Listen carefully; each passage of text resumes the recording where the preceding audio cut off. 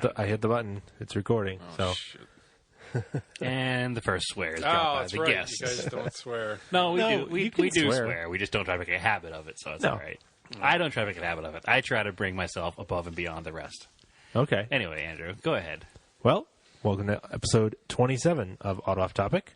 I'm your host, Andrew. And I am always your other host, Brad.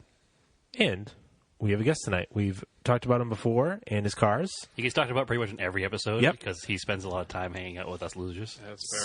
So we finally had him on, our buddy Jordan. How you doing? Not too bad. So, it's been pretty nice out lately. It has been, but I haven't been working on any cars. No. No. I Have worked you? it. No. Yeah. Slacker. I was waiting for some parts to come for the Galant to fix it, Okay. and they all came. So I have new vacuum hose, all the brass fittings. What else was I waiting on? I think that was it.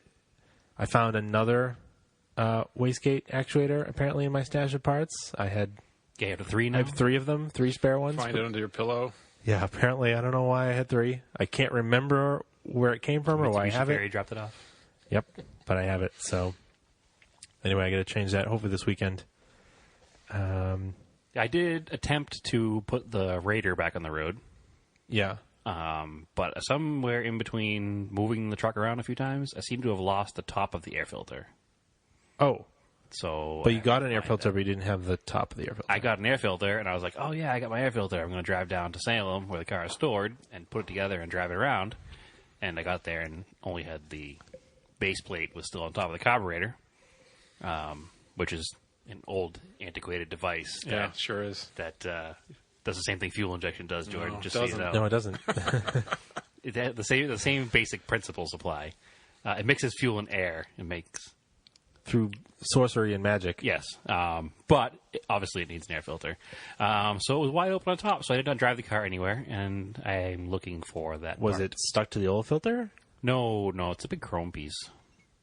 Just use an old license plate. I considered just putting something over the top. Like I had a rag I was going to tie over the top, and I was like, you know what? I'm going to start the truck. It's going to get sucked into the motor. It's That's not a bad. bad idea. You can take one of those license plates and just fold it over. Or I could find the correct one. Yeah, and you for can get it. some ghetto street cred, too. Yeah. I don't know if I want ghetto street cred. I make fun of people. Come on, that it'll be run real license plates scene. and things. Hey, what about me is seen? It would be the least rusty part of your truck. Only because it's a license plate and it's made out of non-rustable Yes. metal. Yeah. I mean, you want to get back into the game, right? So you got to be... Oh my god. It's never been a game, Andrew. So anyway, Jordan is here. We've talked about his STI and his Xterra before. Yep. Correct? We jumping into this, or am I No. going over the top here? This we No. good now? All right. So he has the STI and the Xterra. I only had a couple questions for him because we'll talk about what we did last summer. But I know what you did last summer. my question was, how did you get into cars, Jordan? We'll get right into it. I guess I have a really old memory of, like, hanging out in my living room, and my dad was watching, like, DTM racing on TV, Yeah. It's a good way. and I thought that was pretty cool. And then sometimes there was rally on TV, because, it was on TV back then. Yep.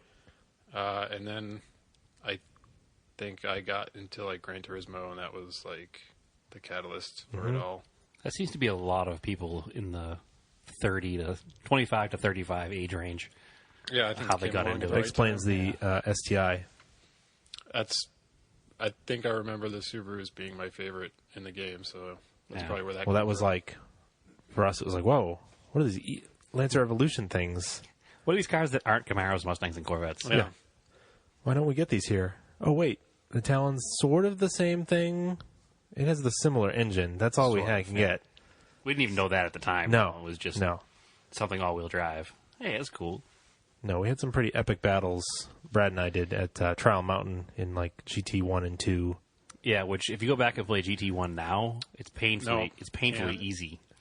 Can't do it. I don't know how we ever had a hard time playing it. Yeah, but I can't even look at it on like it doesn't work on a new TV, and then I can't look at CRT TVs anymore.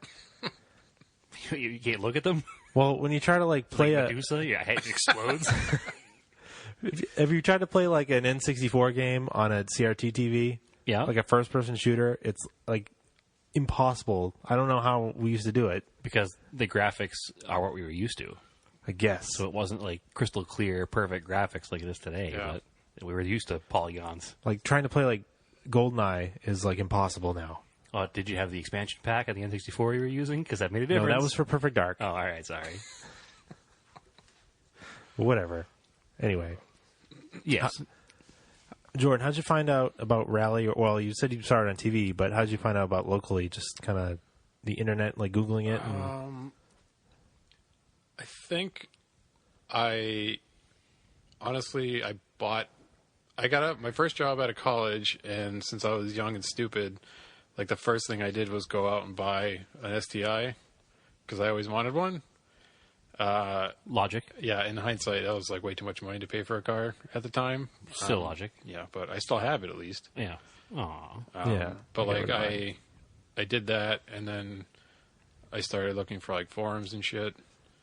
Probably Naziok. Yeah, and like I found Dirty Impreza, and I was like, oh, that's cool. People rally these things? Yeah, I'll do that. And then I went to one and basically destroyed the paint and fenders on the car and I'm committed. never really stopped from there. So Yeah, because the 05 has little special over fenders. On the Because- quarter panels only. Though. Yes, because Yeah. the track was slightly wider on the 05 versus the 04. stupid. And they a different bolt pattern, too, which is also annoying. Well, that brings us to how we met Jordan, because we all came from the internets, Yeah. as was established by the... Yeah, I mean, it probably wasn't the smartest idea for me to just go camp in the woods with these weirdos that I only talk to on the internet, Valid point. but I guess that turned out okay.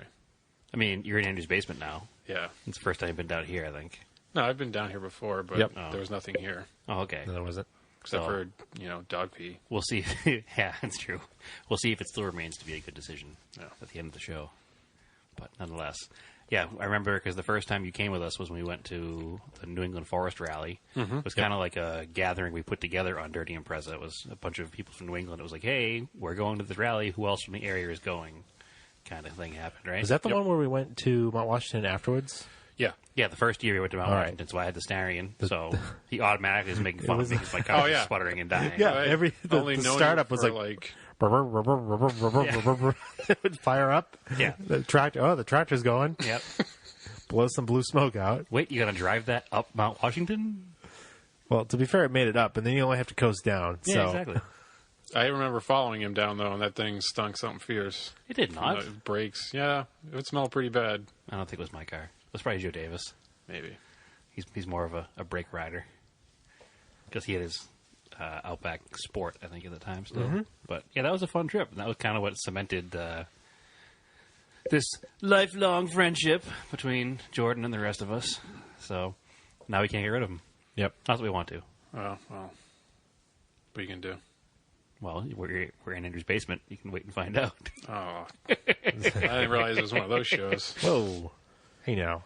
Anyway, so yeah, we say we're from the internet, though, because that particular camping event, a guy came over to us and... Like, we're all, like, hanging around the campfire. Right, and the guy came from a campsite that was on the other side of the trees, and he just came wandering over in his bathrobe, apparently, and was like, hey, are you guys from the internets? And we've just made fun of it ever since. Yep. It's kind of been... That our means he thing. was probably, like, eavesdropping on us in the shadows. Probably. You know that, right? It means a couple of things. It means he was eavesdropping on us from the shadows, and he was probably really drunk. Probably. So I'll give him a pass. This was back when forums were lively. Yeah. Well, yeah, because Facebook wasn't like the big thing that it is now, Yes. or wasn't as big as it is. It was now. like barely a thing. Yeah, people still use MySpace this time. I still go on that forum, like, every other month and then see that the last post in New England was, like, from 2 years 2015. ago. Yeah. Yeah. Unfortunately, that's most forums now, and a lot of them just died off. Because we talked about that before, the whole Facebook effect on forums and every other form of social media just kind of going by the wayside. But also, and I guess we'll segue this into our next part, a lot of the people that we know from that forum are now into off-roading 4x4s. Well, Jordan is. Who else is? All the New England Flatlanders guys. Oh, that's right, true. I was thinking of Aaron and all them. Yeah. Yep. Okay, that's true. Because basically, like, when I was talking to him, it's just kind of it's a more family-friendly thing to just trundle along in the woods slowly. Yeah, it's a lot cheaper than rally too. Well, yeah, exactly. Well, it depends on what you want to spend on any hobby. That's true. Well, I mean, we take your truck off on the same trails that somebody who takes their fully built Jeep off. You know what I mean? Well, Travis Pastrana takes his Vermont sports car out in the same roads you can take out a $5,000 rally car. So All right, there you go. Valid point. But it's just a matter of what you want to spend on your rig. So, but anyways, that's the thing. It's just a more family-friendly thing because you can bring the whole family and your dogs, and you're just kind of cruising along in the woods slowly, and then you just find a place to camp and hang out with people. And are you checking your phone? Bad. No. It's good radio. It beeped, so I was turning it off. Yeah, it must have been Joey because mine went off at the same time. No, it was Stephanie. Oh, okay. She's watching Chopped, and apparently Ron Funches was cut. She's upset. Anyway, back to cars. Sorry, Ron Funches. Better luck on that midnight next time. Yeah. So let's talk about 4x4s. Apparently, we were always into them. But we didn't know it. We've always liked to do dirt road trips and whatnot, but we've never really had a truck to do it with. So until we met Jordan, none of us had ever done a proper off-road trip. If you told 10 years ago, Andrew, that he would own a 4x4, two 4x4s right now, Right. I would have said, nope, I don't believe you. And I would have said the same. I now have a 4x4. that has- Two, sort of. You have a diesel pickup truck. Well, the diesel pickup truck is unrelated to the whole story, but you're right. 10 years ago, Brad would have said, diesel pickup truck, no way. Tiny little sports cars forever, man. Yeah. But anyway, so we went with Jordan on a 500-ish mile dirt road trip. It's Was it about that? Yeah. Yeah, and that kind of changed our ways of thinking a bit about these trucks and off-road things. And because all we're exposed to around here, I'm not sure how it is in other parts of the country, most people that I've met that are into trucks are into mud. They have the big Jeeps and they go out into mud pits. And that never appealed to me. Like, I mean, I like going through a mud puddle, but I didn't like the mud bogging. We I should guess you start could say. with what we did a year ago, which was Freetown Forest, Okay, because that has a really funny thing that happened. that's true. And it also happened before this other trip happened, so go ahead. Yeah. So we, about a year ago, the very first time, it was like, all right, let's go off-road. There's really no places in Massachusetts, but we found, or Jordan knows, of Freetown State Forest, which is down the South Shore. Yeah, that's where I grew up.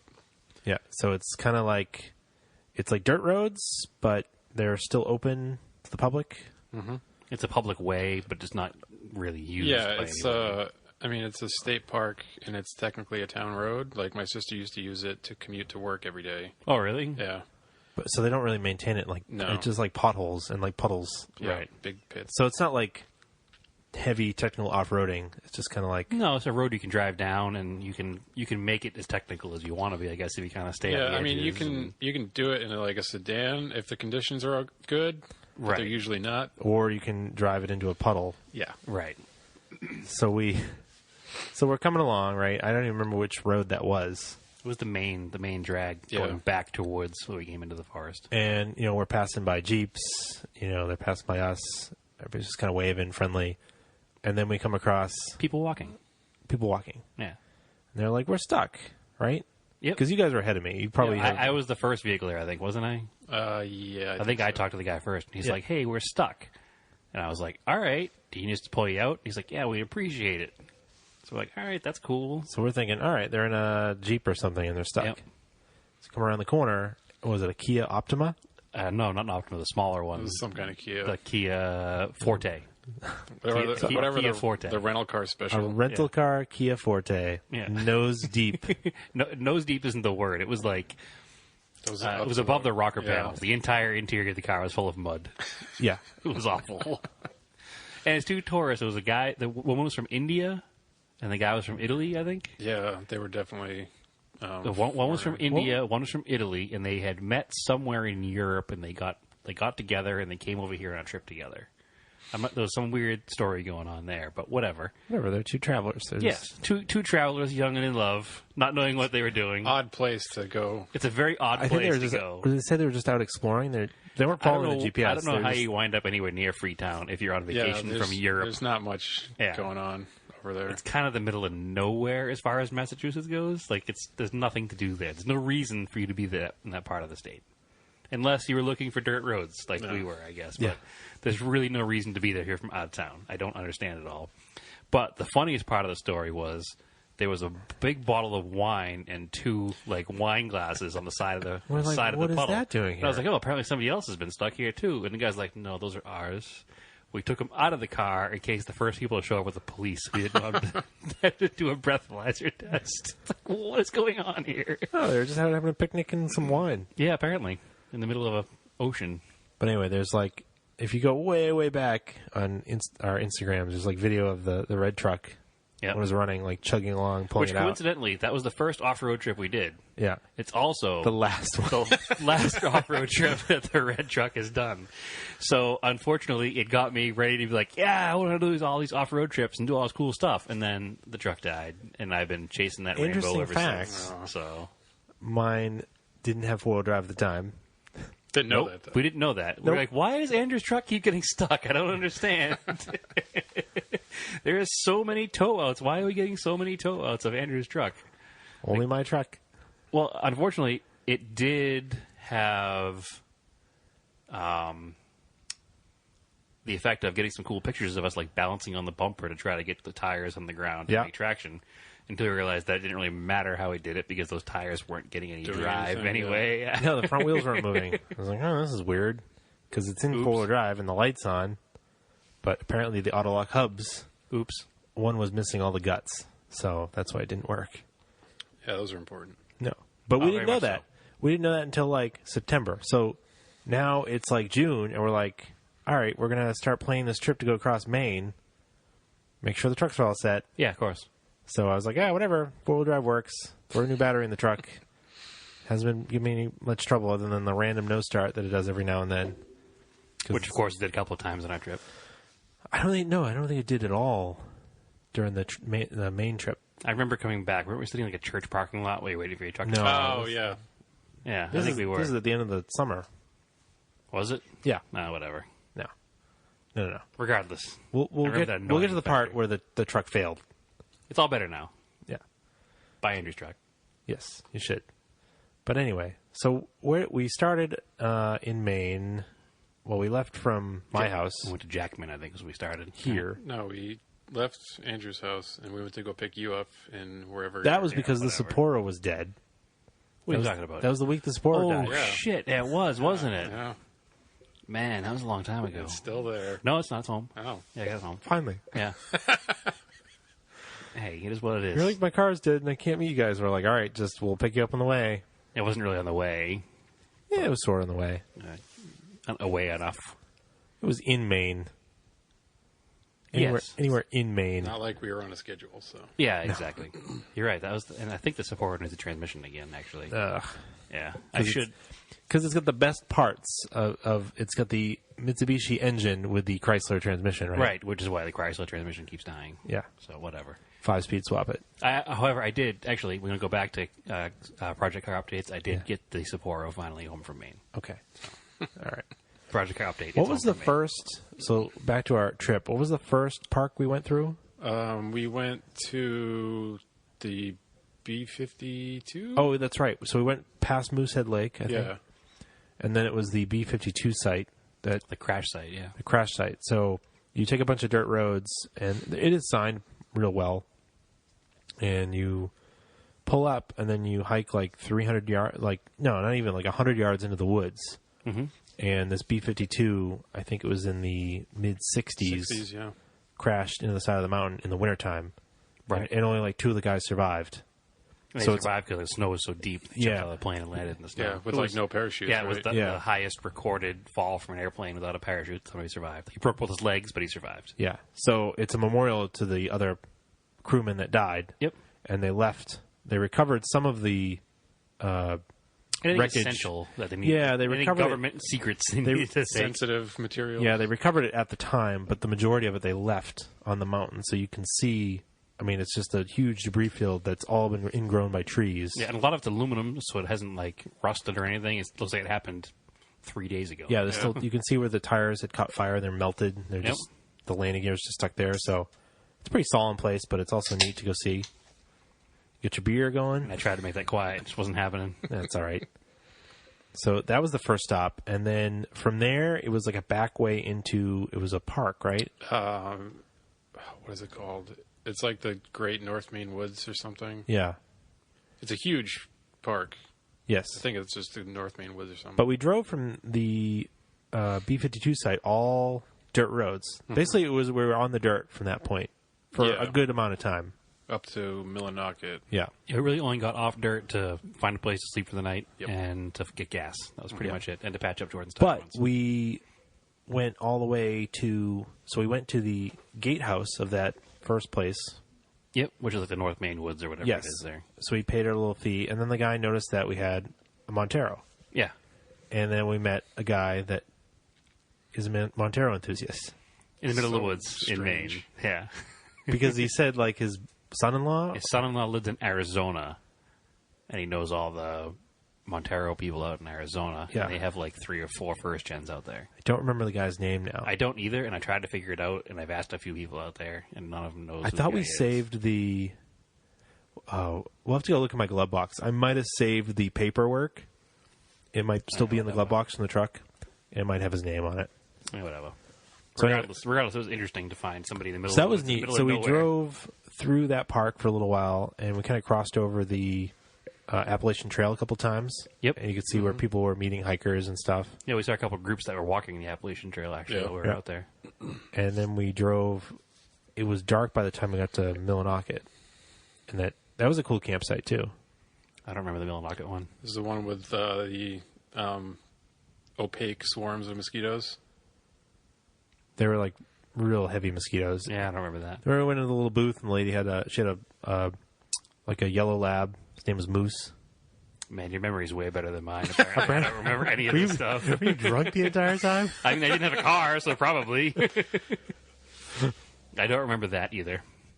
All right. Well, it was raining. I remember that. It was Okay. cold, and we had like a struggle to get the fire going because it was raining and wet.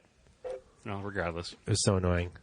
But then the next day, that was when we got to drive the Golden Road, Right. and it was bright and sunny. Well, was that also the day we found? No, that was the third day. The other airplane crash site, but that's not different. No. That was the last That was day. the last day, Yeah. yeah. So the Golden Road was next, Yes. which is really cool. Yeah. I mean, it's not really a technical off-road road either. It's more of a it's a logging road essentially. Dirt highway. Yeah. Yeah. So it's 90 miles, I think. That sounds about right. It's from Millinocket to the Canadian border, and instead of floating logs down the river that it shadows, the logging companies built this road, and it's like 4 dirt lanes wide. It's like a dirt interstate. Yeah, so it can carry semi trucks with logs because it's way faster. You know, they can travel it in like 2 hours instead of logs taking like All day. weeks. Yeah. Well, first they built those trains to move the logs after the river, and those trains are still up there in the woods. Oh, those Oh, are are they really? Those two, there's like 2 giant steam locomotives that are just completely rusted. Oh, which we didn't get to see those. no, that's another cool. No, hike, it's though. like an hour plus hike from the road to get to them, so we didn't Okay. do it. So I need to prepare myself for that one because Yeah. it's a lot harder than driving a truck. But what was really riding cool in a truck. was we got to pull off and go to that hydroelectric dam, Yep. and it's the what was the name of the gorge? It was like a really cool gorge. It was on the map. I don't remember the dog's name from the house, so I don't remember the name of the gorge. Andrew, sorry. But we went over that little bridge Yeah, no, it's cool. It's a cool place. and the New Hampshire The park ranger. park ranger, The main park the main ranger? park ranger, Yeah. like stuck up on us because there was this gorge and like the water is rushing in there. It's super loud, like it's a waterfall. And we're just standing there Yeah. admiring it, and then like I turn around, I was like, because I expected you to, and then there was just a third There's person. a park like, ranger yeah, there. What are you guys doing?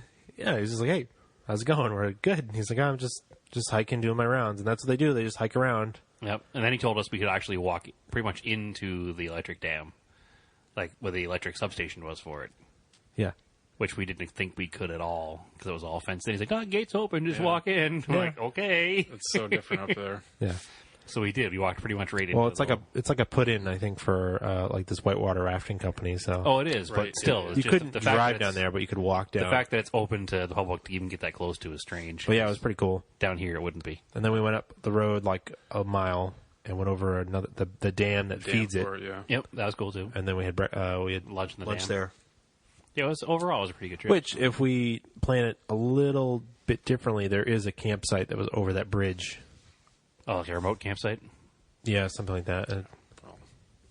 We didn't really plan. We didn't so plan well. on. We didn't plan staying on there because it was just the way the timing worked out. But if you planned, we probably could have. If you drove straight to Millinocket and didn't drive through the woods like we did, But we could have camped in the woods too. that's true.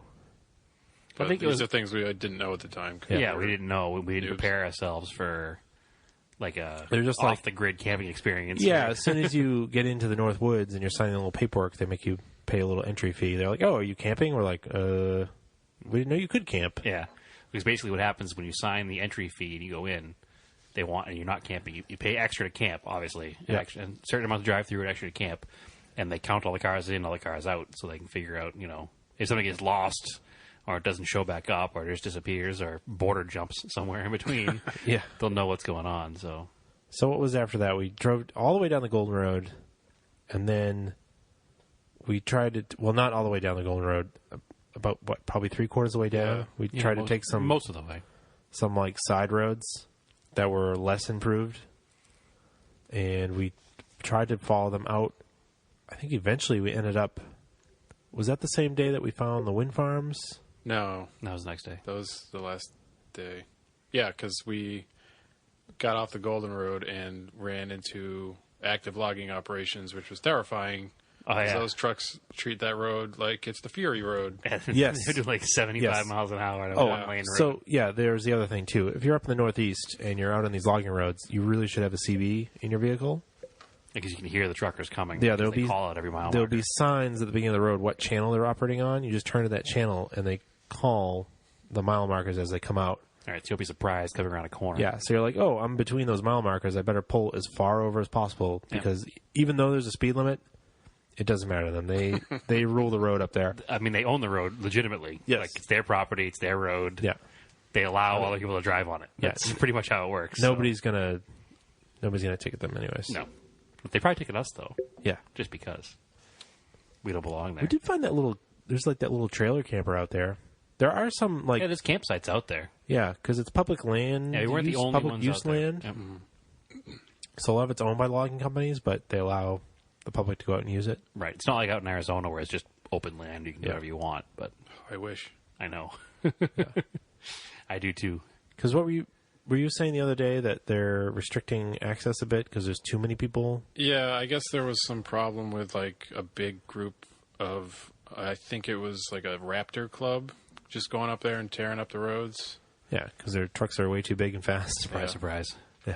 Trying to do sweet jumps. So they're like, they're cracking down on like large groups of people traveling together. It'd probably be all right if you just showed up 2 trucks together. Yeah, it sounded like if you had like 2, maybe 3 trucks, Yeah, you'd be all right. or everybody shows up 15 minutes apart. Or that. I think that's more the thing. Although, I'm sure if you showed up 50 minutes apart and you all had Raptors, they'd figure out what's going on pretty quick. That's true. Oh, yeah. Wait a second. 2 other guys just went out with these. But the problem is you're supposed to stay on the Well, you should the tread road. lightly. Yeah, I'll try to stay on the road, quote unquote road, as much as possible.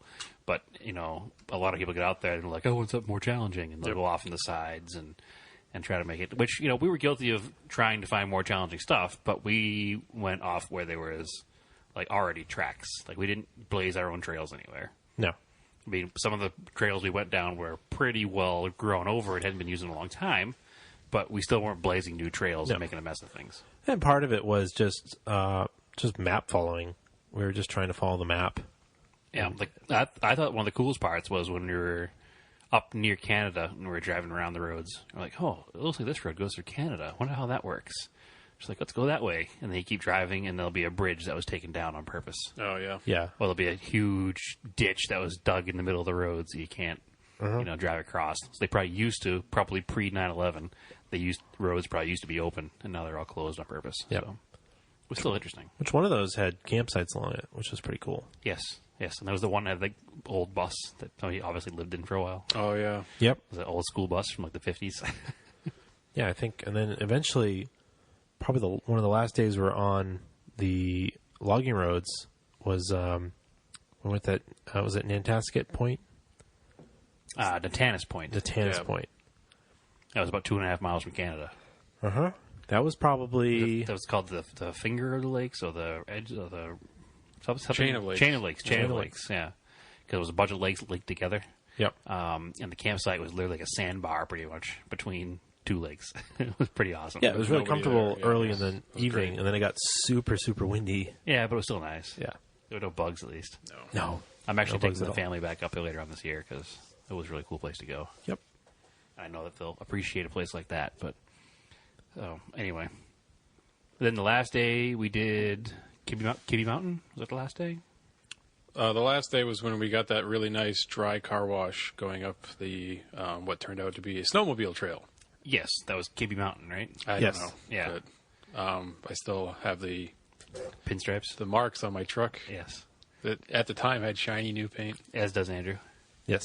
But Did it not was have shiny totally paint. worth it. Going back, I wish we went the whole way. I mean, we were already screwed anyway. Wasn't We your went- truck. I mean, kept you going. weren't. You didn't have a truck in the game, so My truck's also a shitbox, so I wouldn't really care. Yeah. Well, I was also surprised that even with... Oh, so this whole time it had two-wheel drive. I put in basically two-wheel low, and it drove right up that. It's a valid point too. I forgot about that. That was pretty impressive that it drove up that like says this a lot for those snow tires you get on those all seasons. rocky, slippery, like... I remember because this is obviously our first like real off-road trip, and we got to that mountain, and you sat there, and you're like, I don't know, man. I don't think I can go up that. You're like, no, you'll be fine. well, I had taken you Yeah, I was Brad, in your on car. that. No, I brought you on that four-wheeling trip with the New England Xterra Club, Right. Where you first experienced what low range can actually do off road. Exactly. Yep. And so you were like, "Yeah, Andrew, you can make it." And Andrew was like, "I don't know." So Andrew put his truck into assumedly four-wheel low, and it trundled right up the hill, no problem at all. Now, it's funny thinking back that Andrew didn't think he could make it in four-wheel low, and apparently he made it in two-wheel drive. Yep. So Yep. Even better. that shows you what a little experience does when it comes to something like this, because we're very much noobs when it comes to off-roading. Jordan's done the most out of all of us, but even he does not, I would say, experienced. No. You know, we're very new at this ourselves, so... But yeah, that first trip was fun with the New England Xterra Club. Yeah, That was super hairy, though. Like, it was... Yeah, I mean, the stuff that we did in my truck wasn't too bad, but once we switched over to the guys with like the built rigs, that Yeah, was we went up crazy. that rock mountain there. It was not fun. I mean, it was fun. It wouldn't have been fun in my own car, Oh, though. no, I wouldn't have done that. Nope. Yeah, there were multiple broken But- axles and cars on their So sides. basically, you just go slow. Really. I mean, that's what it is. You pretty much just don't use the gas unless you have to. Well, yeah. Unless you're crawl up off-roading things. a Subaru like some of our friends. Right. Then you use as much gas as possible. Well, that's also how that certain somebody rallycross, too. Foot to the floor. Turn real hard. This is not me. Foot to the floor again. Well, that was you last week, though. So, yes, we're talking about you, Joe. Anyway. But he's in here to defend himself, so we'll stop talking about him. But I guess, so you don't need much to go off-roading. No, I mean, look, you didn't need four-wheel drive. No, apparently not. You just need a truck that's in reasonably good shape, Somewhat reliable. somewhat reliable. Because, I mean, think about it. You do want all-terrain tires. Well, your truck has no modifications at all for going off-road, despite the two-wheel drive It's nonsense. pre-dented and distressed, so But- those are the modifications. Right, but it doesn't have any winches or, rock sliders or... Tow points. It does have those. Or, which we needed quite a few times because the truck is two-wheel drive. It doesn't have any, I forget what I was going to say, it's got factory skid plates, but nothing fancy. It's not lifted at all. It's pretty much a stock truck with a couple extra auxiliary lights. That's about it. So, and that worked out just fine. So Yep. unless you're doing crazy it rock worked crawling. all the way to the end of that main trip until the day we went to go home, and we're in civilization in my front God. of a car parts store, and the Almost in front of a car press. fuel, and the fuel pump died. I forgot about that. Yeah, That was not how we wanted to end our trip. no, That was a classic case of a good thing the two of us were there because you would have lit the truck on fire and left it and walked home. Yeah, Probably. that was like an hour after we split too. Yep, exactly. Well, that was another difference between the Maine civilization and the Massachusetts civilization because we called the parts store and we're like, yeah, we got the universal fuel pump that fits. And we're like, all right, here's the story. We're broke down on the side of the road. Can you bring it to us? the guy's like, okay. It was a Sunday. He was like probably bored. But I tried to have the same thing done here once, and in Massachusetts, they're like, nope, you got to come down and get it yourself. So it's like, oh, okay. And to be fair, once we were all said and done, we went to the Walmart that had food, and we brought them cookies afterwards. So They didn't know we were going to do that. In No. fact, they didn't even take a payment either, if you remember. Like, they took a card, and they're like, we can't run the card, without you there, and a signature, and the other thing. He's like, so just come back when you're all done. It's like, I could have given him an old card that I had in my pocket and not gone back, Yeah.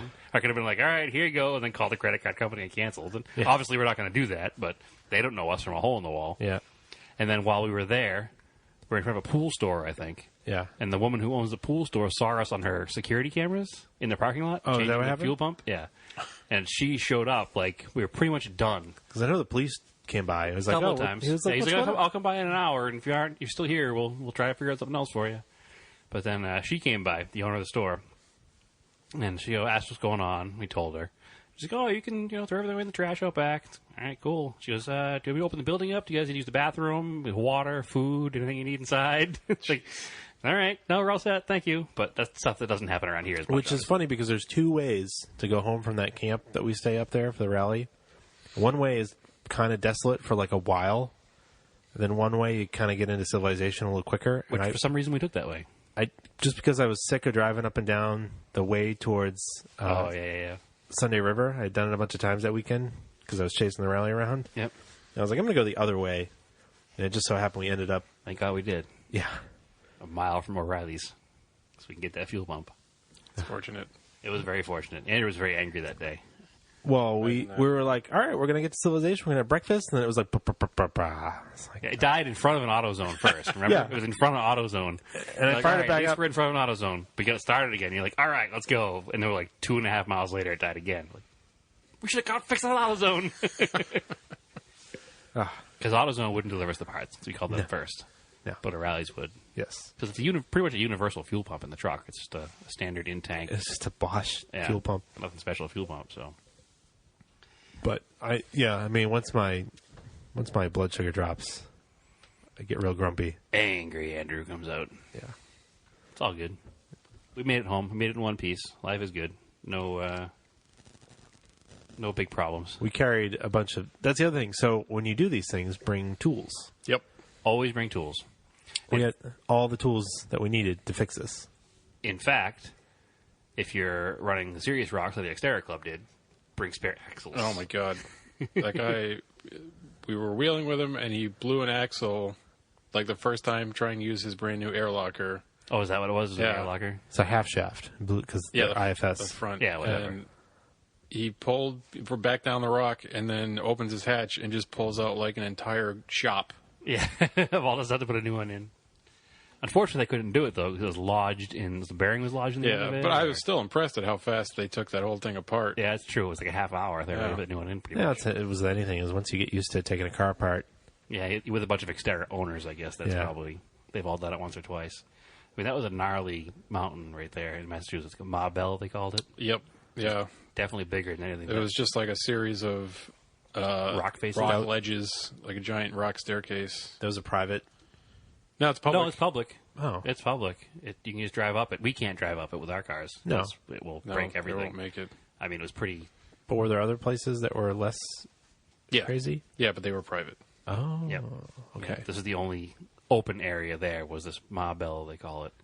Interesting. What they call it, the big rock to get in. They call it the gatekeeper. The gatekeeper, because yep. Most so you people can't get can't up- even get over the gate. Oh, okay. So, in fact, we had a tense moment at the end of the day when one guy who had a pretty built 4Runner, like an 80s 4Runner, Yeah. was trying to climb. There's a way to go around the gate, and the gatekeeper rock. It's not easy, but it's easier. Mm-hmm. And if you go straight up and over it, it's like you're like king shit of the day. So he's like, all right, I'm going to go up and over this thing, straight up and over it. And he got hung up on the top of it, and it started to go over backwards. So we were literally all ran up to it, and we're holding it down manually while somebody else got a rope to pull it back over with. It was not fun, It was a little but scary. it was fun. Interesting. It was He almost frightening pulled fun. his winch off of his rusty bumper trying to right himself, too. I forgot about that part, yeah. But he rolled it over? Almost. No, like he was tipping over, and Jordan's making hand motions here. For I all had of those to listening. I had to sprint to like go get a tree strap or something. Yep. And he tried to use the winch to like pull it back down so he could back down the rock. And as he was doing it, the bumper was bending and like ready to snap off. It was bending in the same. I feel like people distance don't that the truck was going the other think way. about that sometimes, that if you hook it to your bumper and your bumper is only hooked to the frame by like 2 bolts, that's not really a load bearing. The bumpers technically aren't really load bearing on a truck. No, not especially not when they're old and rusty. No, like you need. Because this is like an 85. I believe the Forerunner. proper way, your winch has to be bolted to the frame somehow of your truck.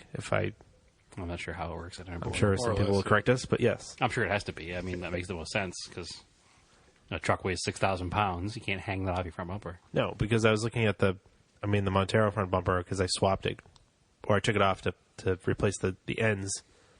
It's only held on with like 4 bolts. Yep, and it's like thin metal. Yeah, it's like thin stamped like sheet metal. It's like, this is why More of a suggestion than a bumper. this is why the pull point is attached to the frame rail and not the bumper. That's how it is on most cars too. So Yeah. it's on a frame rail, not a bumper. Well, Any car shipped overseas should Yeah. have tow hooks in the bottom of it. So anyway, going back to our main point, you don't need thousands of dollars in gear. You need the basic essentials to go off-road. You need tools, yeah. maps, Yep. food and water, just in case. Yep. And Common sense. Common Yeah. sense goes a long way. You don't need fancy GPS stuff, but No, you don't need a map book is fine. yeah. And as long maybe a compass if you don't have anything else. You definitely should have a compass with the map. That definitely And helps. I would say a tow strap of some sort and a partner. You should have 2 vehicles at all times. I would Yeah. say if you're doing any kind of serious off-roading or way off the grid where you're not bound to run into people, you should probably have a second truck or just in case something happens. Yeah, You because break down sometimes on it. even the Max Trax boards don't work. I'm not even talking about getting stuck. I mean, mechanical faults can happen. Yeah. Anything can break anywhere. And if you're out by yourself in the middle of nowhere and you're one truck and one person, you got to be there for a long, So long CB time. is useful because sometimes you can get local people in a CB. Sometimes in places like that are remote, the locals will have CBs too because cell phones don't work. Right. Or if you want to get really fancy and you get yourself a ham radio on the license. Right. However, you can use a ham radio in an emergency if you have to without a license. Except, why would you own a ham radio if you didn't have a license? I don't know. Some people do. Oh, okay. It's unlike a gun where you can't use it in an emergency if you don't have a license. Man, you robbed me and I have a gun, but I can't shoot you because I don't have a license. Well, I don't know. I guess it's kind of like your cell phone. If you don't pay the cell phone bill, 911 still works. Oh, it does? Yeah, pretty sure. Huh. A non-activated cell phone will still work on 911, I think. Interesting. Good to know. Yeah. At least it used to be that way. I don't know, because I remember before I had a cell phone back in 1996, 1996 actually, when I got my license. Yeah, I was going to say 1906 was a pretty long time I was ago. being a little sarcastic. 1996, when I got my license, my father gave me his old cell phone, and he's like, "Here, it's not activated, but 911 works in an emergency. Put it in your glove box." Oh, So, okay. because, And the battery in that Nokia would have lasted like 10 days anyway. well, I mean, it was It's still the, going. It was the size of the engine block in Yeah. in most of my cars, so yeah. it probably would go forever. But I remember it was in the glove box forever, because just as an emergency backup. Mm-hmm. Thankfully, I never needed it, because couldn't call AAA at 911, so all I ever needed to call an emergency was AAA, especially with that color. But I don't think you need to go crazy with gear for overlanding. No, If you don't that's want the to. basic point. If Yeah. if you want to slowly buy stuff, like Jordan, you just picked up a roof tent. Yep. That's mostly because I am planning on driving to Colorado for a month this summer. Which is awesome. When are you doing that? August? Yeah, beginning of August. Okay. To sometime in September, whenever I decide to come home. Mm-hmm. Because I guess I have to be back for Andrew's wedding or something. Yeah. God So- damn it, Andrew. Hey. And then like 2 weeks after I get back is Vermont Overland Yes, Rally. I made sure I didn't schedule it the same weekend as VOR. So, But you did schedule it so that Jordan had to come home early from his trip. well, he was going to come home anyways for VOR. It's like a week in between. I think it's the week after. Is it the week after VOR? Yeah. A week or a week and a half. Yeah. So you're Yeah. doing VOR and then getting married next weekend? No, it's my wedding, and then I think VOR is the following weekend. Oh, so you're going to go to the wedding and then go to VOR the following weekend? All right. I like it. Yeah, why not? And that's why I married Stephanie, because she's allowing that. Yeah, well, she's down with it. I should probably Yeah, fix she's that. going to hear this, and then that'll be the end of it. Yeah, valid point. No, she already knows. I should probably fix that truck. Yeah. What truck? The new truck? The 99. Yeah, Yeah, you got plenty of time. That's what we all say. that's it. Yeah. I think you should both fix both of your trucks. I tried. Only had part of the air filter. Oh. I'm assuming it's in my garage in Haverhill. I'll have to go dig around and find it, because there's a box of parts there that was hanging out in Andrew's father's garage. And I moved it somewhere. I think I moved it there. I thought I moved it in the back of the brown Colt, but it's not there. So We'll just make one. I could buy it on eBay for like $7. It's just $7. Could also I make don't one spend. for nothing. It's a $7 truck. Could also make one with tin snips and nothing, That's a valid point too. and get you that sweet scene cred. But then I don't know how to hold it on. How do you hold the regular one on? It's got these special clips that clip into little channels alongside of Just it. use zip ties. Ratchet strap. Ratchet strap. Completely block the entire air filter with a ratchet strap. Yeah, zip ties might work, actually. Think about it. Anyway, It's pretty scene. We'll use neon ones. that's what we've always used neon ones Everybody in my think you're truck fucking just to be cool. ridiculous. But then they'll meet me and they'll realize that I'm not. Aww. I don't know. Anyway. I do want to get the truck back on the road again. 'Cause Yes. obviously, I haven't done a trip since that first trip, as we talked about, which I just realized while we were talking about it in this podcast, and that makes me even more upset. The truck's been broken for so long because I've been off-road once in my ownership. I think it broke shortly after that. No, it broke later on that summer. No, it was early in the summer. Yeah. I And know. then again at the end of the summer. No, it only broke once. I haven't driven it since I overheated it and broke it.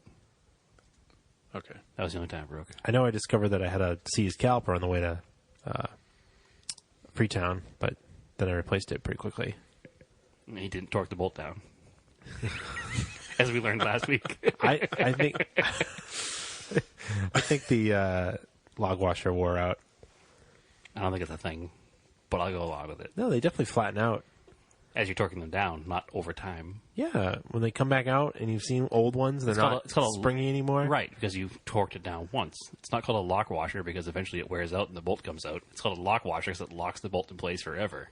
Yeah, but it wore out from being in and out too many times, and it got squished. Okay. So it provides a little bit of See, spring. you changed it there. You said No, I it didn't. wore out from being in and out a few times. Yeah, So that's fine. I'm sure those calipers have been off that truck before. Oh, I imagine. 250,000 What I'm saying miles. is if you put a good lock washer on it and you tighten it down and torque it down, the lock washer's not going to wear out while it's no, the No. bolt's tightened on the caliper. no. What do you use? It's Loctite. Oh, what's it do? It holds bolts. Oh, yeah? For how long? I don't know. It expires in about a year. Whatever. Anyway. Sorry, Andrew, to make fun of you, but sometimes we just have to. Stayed on, and that's all. Listen, my truck doesn't even run, so what do I know? Yeah. My brakes could fall off the first time I go around the block. Actually, that brake pedal on that thing is a little funky. Oh, it needs a master cylinder. That's fine once you pumped it a couple of times. Life goes Fred on. Flintstone it. I let other friend Brad drive it. Yeah. I forget why he drove it. There was a reason. I don't know. You were trying to kill him? But I forgot to tell him that he had to pump the brake pedal up a couple of times. Yeah. And yeah, he almost died the first time he drove it. I forget why he was driving it. Maybe he ran to the parts store or something? I don't remember. But Do you drive with your daughter in this truck? I know how to make it stop. I will say in fairness, that the other day, Deb said, hey, why don't we get rid of the Saab and you can have the red truck back up and running again and I'll just drive the red truck. So optimistic. And I said, do you remember Oh, the God- one? God do- bless her. Do you remember the one time that you drove my brown Colt and it resulted in a phone call from the parking lot of the grocery store because you couldn't get the car restarted again? She's like, yeah. I was like, do you want it to be every day? Because that will be your life every day if that's what we do. And she's like, yeah, that's a good point. That's a good point. We won't do that. Hey, when I was growing up, my mom drove a two-door Red Raider for like 8 years, Right. But it was probably 6 years old. maybe. Right. It wasn't almost 30 years old. It actually might have been new. Right. So it's a little different of a story at that point. It wasn't almost 30 years old. 29 years old with a couple 100,000 miles on it, and she didn't buy it from a junkyard. I think it was also a V6, so it didn't have your flat earth carburetor on it. That works in a lot of ways because it definitely works. The truck works better on flat Earth.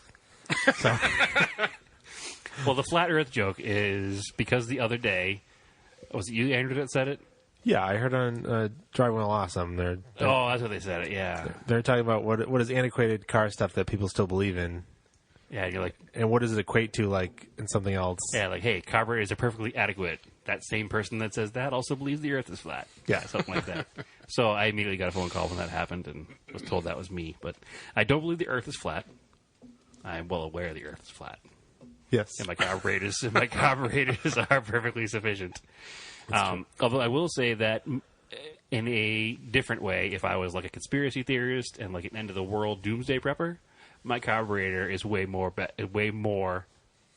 proper than fuel injection. You have because electronic when the EMP hits, no, man. you have points you don't have points in that truck. You have electronic ignition, so you're screwed. Oh, driving the Colt. Yeah. Life is good. Yeah, you've got your carb and your points. Right. So you and the Twinkies and the cockroaches will be driving. Hey, listen, I happily drive the brown Colt when it's not an apocalypse, so I'll happily drive it when it is an apocalypse, okay? Anyway, yes, I have a carburetor, and it's not a loved thing around this table right now. Everybody hates my carburetor, but none of them own a vehicle with a carburetor. So Never again. I've actually never owned one with a carburetor. Right. Mr. Fancy Pants has new cars over here. Yeah. Never owned a carbureted car. My 30-year-old cars have fuel injection, so... Oh, man. All right, we have to end this conversation. Tired of defending my truck. that was kind of how this got started. Jordan bought old Burt Inglewood. Yeah, 1985 Land Cruiser FJ80? 60. FJ60. Yeah. It was cool. It was pretty Fred, and it was It's definitely pretty crazy. brown. it was brown, and Yep. it was a 4-speed, and it was rusty as hell, which I didn't know better at the time. It didn't matter. It was cool looking. Yeah. My truck's pretty rusty, too. And it had a sticker on it from a California dealership in Inglewood. Yep. But it was like Burt something. Yeah, it was Burt Toyota. Burt Toyota It in was- Inglewood. Burt had a lot of cars. Yeah. They had like a Chevy dealer, a Toyota dealer, and a Subaru dealer. And because I was actually just watching an episode, which I told you guys the other day about, of Roadkill Extra. Yeah. And David Freiberger was in a junkyard, and he was talking about dealer badges in the back of cars. And he walked up to like a 71 Malibu sedan. Yeah. And he's like, "Oh, speaking of dealer badges, there's one right here." And it was a Burt Inglewood 71 Malibu. And I was like, "Yes, it's Burt." Yeah, because it just fit the nature of that truck, so I called Right. it. We Called it ended up Burt. calling it Burt. Yep. Yep. Gee, Burt. It was a cool truck. Unfortunately, it's no longer with us. It was sold. But Yeah, I had to sell it because It never ran right? frame. Well, no, it didn't run right, but it always ran. the 12-hour drive to There were a Manhattan. few white knuckle passengers driving through like northern New Hampshire when it wouldn't idle at all, so I would have to dance on all 3 pedals to stop at lights and stuff. See, I feel like you make fun of my cars, but you're aware of how it works because yeah. you've been there and done that. Yeah.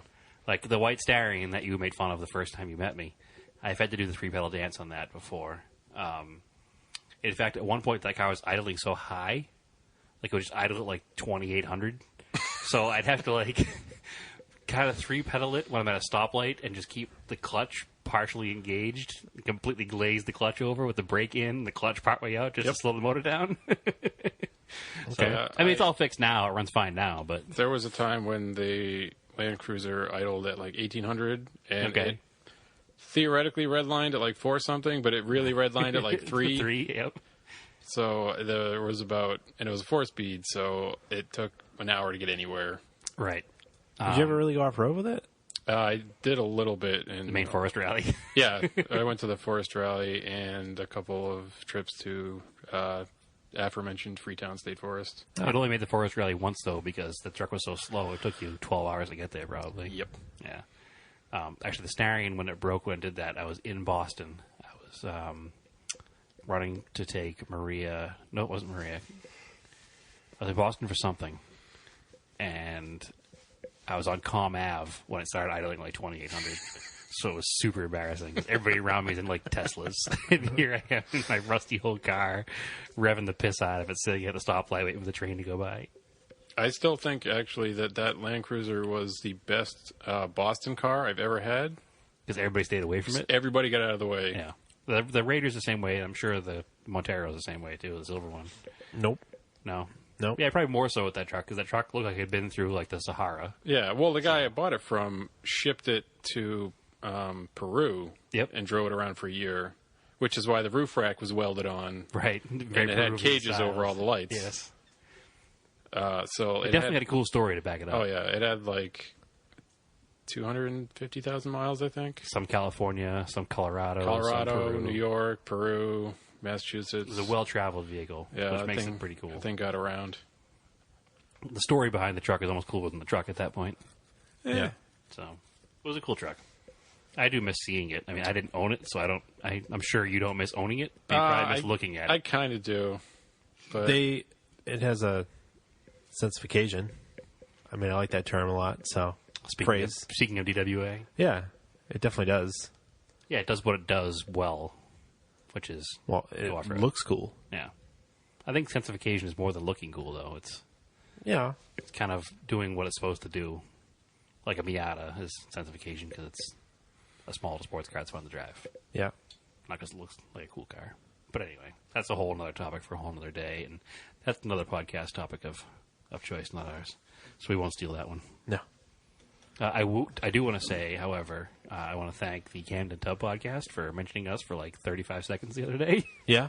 That was pretty awesome. So thank you, Cam and Bradley. Yes. I guess we can wrap this up. We're getting close to an hour. So Yeah. if you are on the West Coast, there is a show for 80s and 90s cars called Radwood that's happening in San Francisco. And you can just Google it. I think it's radwood.co is the Yep. website. And they're selling tickets for it. And like you can buy limited edition posters and stuff. So there's definitely Mitsubishi fans that are listening here on the West Coast. That is the quintessential golden years of Mitsubishi was the 80s and 90s. Yeah, absolutely. It's June 3rd this year. Yes.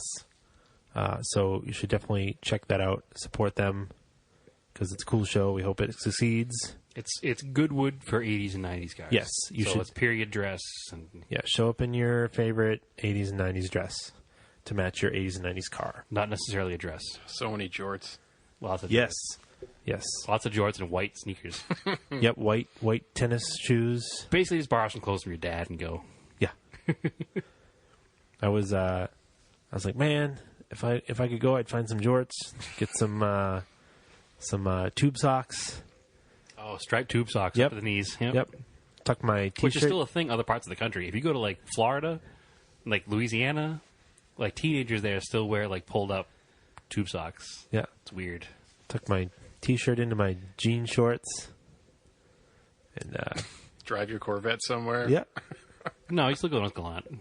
No, the Galant is definitely No, but that's a Corvette look. In 1990, it was an everything look. yeah. Yeah, That was just the look. It's the look for Corvettes now because the people who own Corvettes just kind of stuck with it. So they haven't changed much at all. The middle-aged man. Yes. It's the whole you get to a certain point in your life and then you stop changing and the world changes around you and you don't change at all. I feel like I'm getting there. We're already there. Yeah. Do you still listen to 90s music? Because I know I do. I listen to some newer stuff. But No, I listen anyway. to new stuff too, absolutely. But, my dad doesn't listen to any music that came out after like 1984. So it's Okay. just, that's his era. Anything pre-84. Anyway, as always, this podcast is brought to you by Vintage Imports New England. yes, VintageImportsNE.com. Vintage Imports NE on Instagram. yes, And Vintage Imports of New England on Facebook. and you will have a booth at Imports of Carlisle in Pennsylvania. Most likely. That's Most the likely. plan. Okay, so that's the tentative plan, at least. It's 90%. 90% sure plan. Okay, so we'll keep mentioning it because if we're there, come see us. We're going to be there no matter what. Yes. It's just that we're going to have a booth or not, we're not sure. Okay. We may be promoting just from the show field just because of things and stuff. Okay. Which we'll talk about off air. All right. So anyway, we'll know more about that probably the week before, Yes. and we'll let everybody know. Yes. And regardless, we're going to do a live podcast from down there, I think. Well, Even if we don't have a we'll booth. record down there. It won't be live. Yeah. That's what I mean. Sorry. A I don't podcast I from. don't think we're big enough to do any live shows No, definitely not. like at theaters or anything. No, definitely no live shows. No. So anyway, Jordan, you going to listen to this tomorrow? You probably won't have to. You can skip this episode. No, I don't want to because then I'll hear my stupid voice. And I it'll think you make me should upset. because it won't make you upset. It'll be like a whole new outlook on yourself. Oh man, who's we'll this see. guy? We'll see. You know, I know it's already weird enough listening in the morning, you know, taking your morning shower and hearing us on the radio, but it's even weirder when you're involved. Oh, I in didn't the know same that's what you did with it. It's Like, hey. it's my Thursday Hey. alarm. When I get up, I start soaping myself. Oh, there's Andrew's voice. Hey, how's your shower going? Get nice and soapy. All right, this show's Rinse gone it. off the rails. Jordan, thank you for coming. Thank you. We for rinse having Rinse me. it you all being here. off. So next time that we discuss Jordan on the show, everybody will know who you are, Yes. which will probably be fairly soon because we're doing another rallycross in another week or so. Yep. So that should be fun. So we should probably fix the car. What's broken? Remember when I put my hand through the floor? Oh, we don't have to fix that. Maybe. Yeah, duct tape. Yeah, a little duct For tape. now. We'll call it a day. Subarus rust in New England. That's Yes, they do. Unfortunate truth. But yeah, we can try to fix that floor sometime. Let me know when you want to do it. Any day. We'll talk to. We need a spot to use a welder. That's all. Yep. We'll figure it out. Yeah. Do you want to give people your Instagram? They can look at your cars and sweet huskies. Yeah, sure. It's just at Ditch Hookers. Yep. Which is a rally term. Yes. You put a wheel into the ditch to go around a curve. To hook the turn. Yes. Not a place where Jordan leaves his Saturday night dates. Well, that's the joke. That is the joke. I know that. I get that. I'm explaining the joke as to not make the joke funny anymore. Yeah. Dad Brad. I was going to say, thanks for bringing the dad along.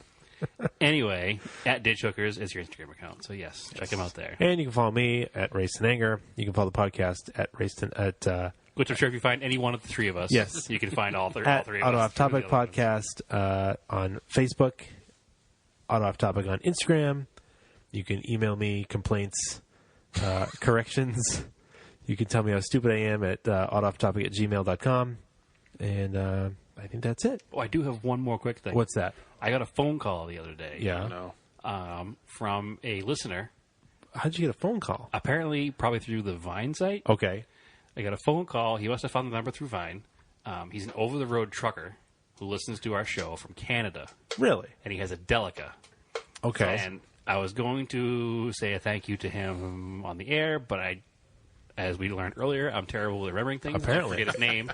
But I haven't called it back yet, and I will, because he asked he's like, hey, I was driving through Boston, and it made me think about you guys, and I'm looking for a steering wheel for my Delica. So I think that Jordan's making inappropriate jokes in the background. So I think that I might have somewhere, either a Montero or a Talon or a Gallant wheel somewhere, maybe somewhere. Yes. We'll have to look around and see what we have.